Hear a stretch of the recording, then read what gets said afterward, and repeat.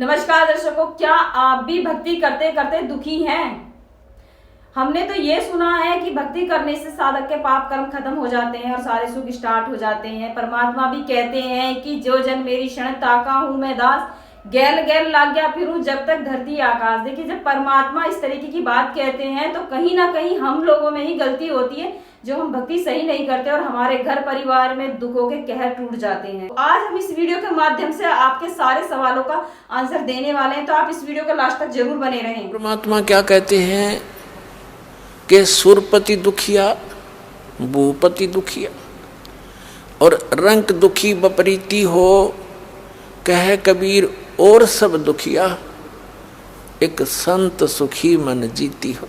अब परमात्मा ने निष्कर्ष निकाल दिया सारे अपने ज्ञान का कि बिना तो सुरपति सुखी, सुरपति माने देवताओं का मालिक राजा इंद्र। अब हम यहाँ एक सरपंच बन जाते हैं, चेयरमैन बन जाते हैं, मेंबर ऑफ पार्लियामेंट बन जाते हैं या एमएलए बन जाते हैं, मंत्री मुख्यमंत्री प्रधानमंत्री राष्ट्रपति बन जाते हैं एक छोटे से टुकड़े का। तो हम ये सोच बैठते पता नहीं हमने क्या पा लिया। कुछ भी नहीं पा लिया।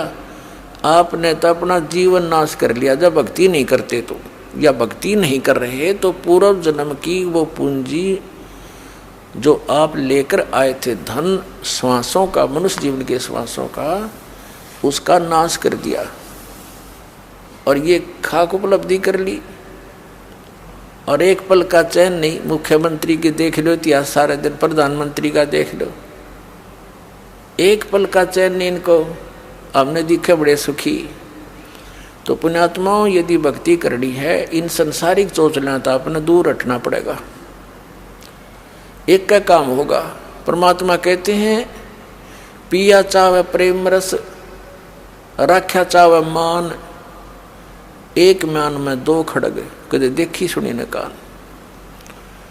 यदि तू प्रेम रस पीना चाहता है, यानी परमात्मा पाना चाहता है, सतलोक जाना चाहता है और साथ में यहाँ की मान बढ़ाई ये बकवादों को भी चाहता है, तो कभी नहीं होगा।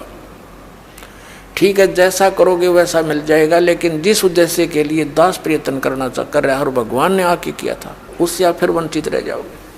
तो यहाँ संसारिक सोच लांगना हमने कभी सपने में भी नहीं देखा है। कहते इंद्र दा राज कागदा बेष्टा। हमने तो कहते इंद्र स्वर्ग का राज्य भी काग की बीट टट्टी समझनी पड़ेगी जब हम सतलोक जा सकेंगे। और जिस सुख की प्राप्ति के लिए राजाओं ने राज त्याग दिए और हम उस राज के पीछे घूम रहे, तो हम भक्त नहीं है। हम भक्ति नहीं चाहते, बकवाद चाहते। तो दास आपको आज के सत्संग के माध्यम से यही संदेश देना चाहता है कि आप विद्यार्थी हैं पृथ्वी पर, आप मनुष्य हैं, मानव शरीर प्राप्त है बहन और भाइयों को। ये विद्यार्थी का काम यहाँ बकवादों में नहीं लगना। यहाँ सत भक्ति करके आपको यहाँ की किया हुआ वर्क डन, इसका बेनिफिट उस क्षेत्र में मिलेगा जहाँ की तुम साधना ट्रेनिंग कर रहे हो। कोई इंजीनियरिंग कर रहा है तो इंजीनियर लगेगा, डॉक्टरी कर रहा है तो डॉक्टर लगेगा, और अन्य साधना कर रहा है, उसी के आधार से आगे उसको उस क्षेत्र में जॉब मिलेगी। तो आप जी वो साधना कर रहे हो, आप विद्यार्थी हो, आपको सतगुरु मिल गया है, तो वो साधना मिल गई है जो सतलोक में आपको सदा सुखी करेगी। वहाँ जाकर फिर वापस नहीं आना होगा और वहाँ आपका ऐसा ही व्यवस्था होगी। अब यहाँ का जो कति अस्थायी डुप्लीकेट जुगाड़ है आपका, लेकिन आपकी बुद्धि इस ज्ञान से उठेगी, इस ज्ञान से ही यहाँ के इन सुखों से हटेगी, और तब हम ऊपर चलेंगे, सतलोक जा सकेंगे। तो जैसे दास कह रहा था कि ब्रह्मा विष्णु महेश की जो गुण हैं ये आपको प्रभावित कर रहे हैं, आपके बस की बात नहीं।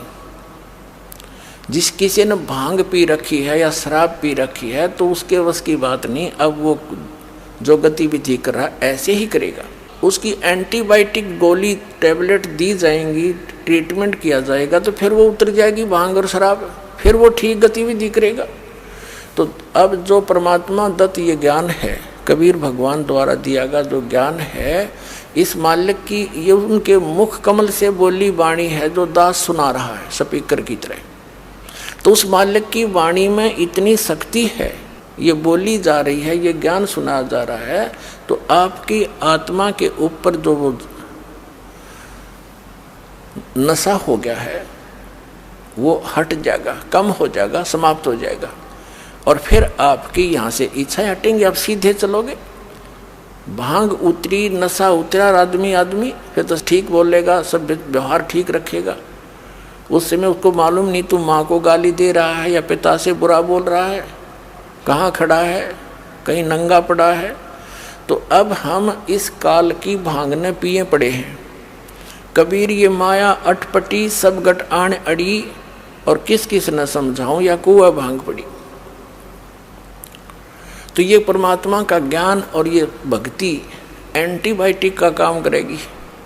आपकी अब नशा उतरेगा भी, आप फड़कोगे एकदम, सचमुच क्या कर रहे हैं।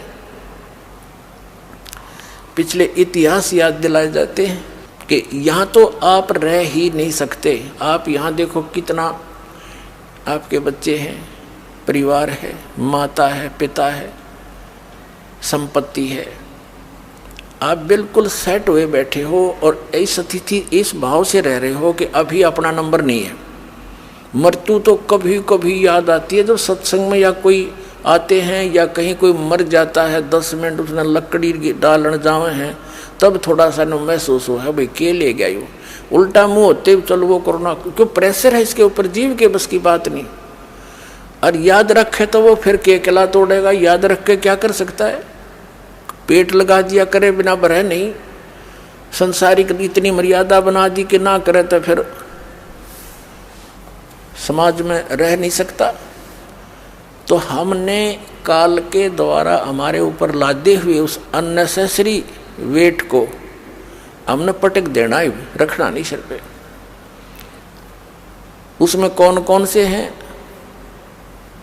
ये बड़ी बड़ी कोठियां बनाना, 5-4 प्लॉट लेकर डाल देना इस आशा से कि घने हो जाएंगे और कल मृत्यु हो जाए, घने सिर में मारेंगे हम।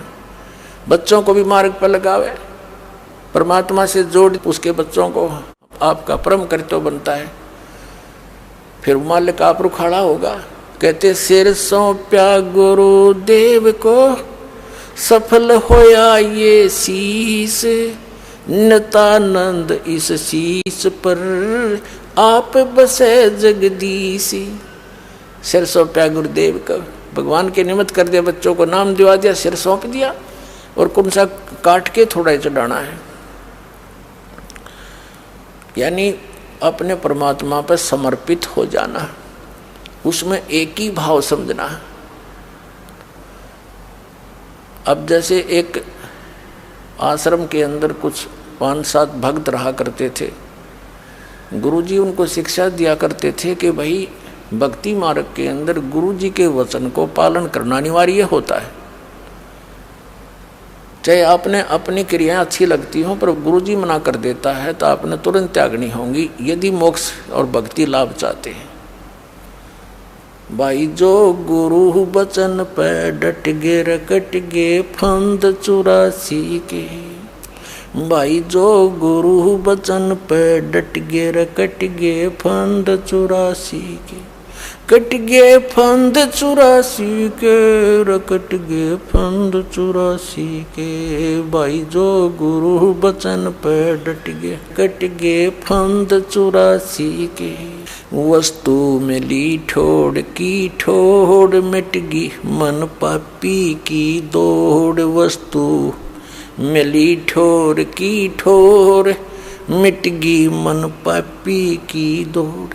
भरम मिटे मथुरा काशी के, भरम मिटे मथुरा काशी के, भाई जो गुरु बचन पर डट गए कट गए फंद 84 के।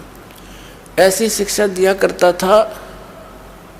एक दिन उस गुरुजी ने सभी शिष्यों को बुलाया और कहा, पहले तो ये प्रवचन किया कि भाई गुरु की आज्ञा का पालन करने वाला शिष्य सफल होता है और गुरु की आज्ञा की अवहेलना करने वाला असफल होता है। फिर कहने लगा भी एक काम करो, तुम मेरे सिर में 5-5 जूते मारो। सभी साथ साथ बैठे थे, सुन्न हो गए, सामने देख नहीं रहे, नीची गर्दन कर ली। तब गुरुदेव ने फिर कहा भी मैंने आपसे क्या बोला है, गुरुजी की आज्ञा का पालन करना चाहिए। वो एक भी ना उठे, एक खड़ा हुआ, अपना जूता निकाला, गुरुजी के चरणों में जो आसन पर बैठे थे उनके नीचे बैठ गया जाके और उनके चरणों के निकट जाके अपने सिर में 5 जूते मारे। तब गुरुजी ने कहा भाई डांडी मत मारे, तेरे सिर पे नहीं कहा, मैंने मेरे सिर पे कहा है। तब उसने क्या जवाब दिया विवेकवान व्यक्ति ने कि हे गुरुदेव, ये दास का शीश भी तो आपका ही है, क्या इस दास को आप अपना नहीं मानते? तब उसने कहा था बेटा इसमें विवेक की आवश्यकता है और सिर सौंपना इसका नाम होता है, काट के नहीं देना। तो सिर सौंप्या गुरुदेव को, सफल होया यो शीश, नितानंद इस शीश पर आप बसे जगदीश। तो उन बच्चों को भी मालिक तो जोड़ दे, पावर की करेक्शन दे दे उनसे। तो जो काम पावर से होगा वो हाथ से नहीं हो सकता, मैनुअली नहीं हो सकता। जैसे आटा पीसा करती हमारी माताएं, 1 घंटे में जाकर 2 किलो मुश्किल तो पीसा करती। अरे पावर कनेक्शन ले लिया, cut cut cut cut cut 1 घंटे में पीस दे 2 मन 80 किलो। तो कहने का भाव ये है कि जब हम मालिक से जुड़ जाएंगे तो हमारा सारा काम परमात्मा की शक्ति से होगा। तो जैसे प्रसंग जो चल रहा था कि इस परमात्मा की जो भक्ति है, इससे हमारा पहले तो वो कांटे निकलेंगे जिनके कारण आप दुखी हो, और फिर आपको राम नाम का जूता दिया जाएगा कि बच्चा भी से निकालिए मत ना, यानी मर्यादा भंग ना करना, भक्ति मत छोड़ना, ये राम नाम का जूता है। तो वो दुखी प्राणी सफल होगा इस मार्ग में, और जो सुखी हैं वो नाम भी ले लेते हैं, कुछ दिन के अंदर उनकी मान बढ़ाई नहीं छूटती, वो ज्ञान पूरा नहीं सुनते, वो बर्बाद हो जाते हैं, छोड़ जाते हैं इस मार्ग को। और उनके लिए वरदान है उन पुण्यात्माओं को जिनको ये संकट और कष्ट आया, जिसके कारण भगवान से जुड़े वो आजीवन नहीं दूर हो सकते, क्योंकि उनको पता है जब भगवान से दूर होंगे तो वो कैर फेर टूट जाएंगे। तो वो सफल होंगे। या फिर जो सुखी भी हैं और ज्ञान सही ग्रहण कर लेंगे, मालिक के समर्पित हो जाएंगे, कनेक्शन नहीं कटने देंगे, तो पावर साथ रहेगी भगवान की, उनको सद्बुद्धि बनी रहेगी, वो भी सफल होंगे। लेकिन अधिकतर वो लोग आखिर में बिगड़ ही जाते हैं। तो इसलिए प्रार्थना दास की है कि ज़्यादा ज्ञान सुनना पड़ेगा आपने। एक दिन ज्ञान सुन लिया, 2 दिन सुन लिया, कुछ 2-3 वर्ष लग कर फिर कहते हैं हमने ज्ञान हो गया, या भूल भी मारती प्राणी को। ये भी काल की एक जाल होता है। जीव को ज्ञान हो सकता है, ज्ञान हो गया तो उसके ऊपर टिक नहीं सकता। तो मालिक की पावर साथ रहेगी तो उस ज्ञान पर वो टिका भी रह सकता है। टिका रहना आवश्यक है, ज्ञान होना तो बहुत दूसरी चीज़ है। यानी संत बनना, साधु भक्त बनना, ये अनिवार्य है। परमात्मा कहते हैं गोरख से ज्ञानी गणे और सुख दे यति जहान और सीता सी बहु भारिया, ये संत दूर स्थान। गोरख परमात्मा से ज्ञान प्राप्त करके गोरख ज्ञानी पाक गया था। कबीर साहब के साथ गोष्ठी हुई थी, डलेट हो रहा था, सिद्धि से पहाड़ का सोना बना दिया था उसने अपने वचन से, और भी बहुत सी सिद्धियाँ थी। तब परमात्मा ने कहा था कि जंतर मंत्र जोग नहीं भाई, कबीर साहब ने कहा था। और कहते हैं गोरखनाथ सिद्धि में बोल्या और टूणे टामण हंड फूल्या, जंतर मंत्र जोग नहीं भाई, काल चक्र जमजोरा खाई, तुम हो जम की फर्दी माही। तब गोरखनाथ जी को ज्ञान हुआ, परमात्मा से उपदेश प्राप्त किया, ज्ञान से ग्रहण किया। उस ज्ञान को सुनकर गला ज्ञानी पा गया, पूरा ज्ञान सुना हुआ, बहुत से चेले भी बना लिए बगैर किसी आज्ञा के, उसका अपना भट्ठा बैठाया। और ज्ञानी कब आ गया भाई, गोरख जैसा ज्ञानी नहीं, मालिक से ज्ञान प्राप्त करके आप प्रभु बन बैठे। या बीमार खावा हमने 10 बाबा करणी मिल जाएंगे, बढ़ा भाई इसने तो सारे श्लोक गोट रखे हैं, इसने तो भाई कति सारे वाणी याद कर रखी है, वो टीटी पाक जाएगा। काल दाव लगा जाएगा, भगवान से कनेक्शन कट जाएगा, तो वो फिर सदा के लिए दुखी, फिर शुरुआत होगी इसकी।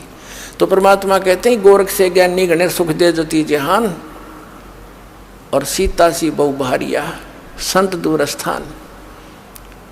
जैसे भाई सीता जैसी सती पत्नी नहीं हो सकती, परमात्मा कई सीता बहुत गड़ी हैं, सती बहन बेटियां बहुत हैं, ये भी भूल मत करो। और सुखदेव जैसे यति बहुत हैं जो अपने धर्म कर्म पर ब्रह्मचर्य पालन का करते हैं। और गोरख जैसे ज्ञानी गणे। संत दूर स्थान, साधु संत भक्त बनना ये बड़ी दूर घर है उसका, यानी इस मर्यादा के अंदर रहना, सतभक्ति करना, मान बड़ाई से दूर रहना, यहाँ के संसारिक चोचलों से बच के रहना, इनकी कति स्वप्न में इच्छा नहीं करना। अभी आपने देखे संत रामपाल जी महाराज जी के विचार। संत रामपाल जी महाराज जी ने सारे खोलकर बता दिए कि भक्ति करने से कितने लाभ होते हैं। तो आपको इसी तरीके से भक्ति करनी है अगर आपको सर्व सुख चाहिए। तो अगर आपको ये वीडियो हमारी बनी हुई पसंद आ रही हो तो लाइक शेयर सब्सक्राइब जरूर कीजिए।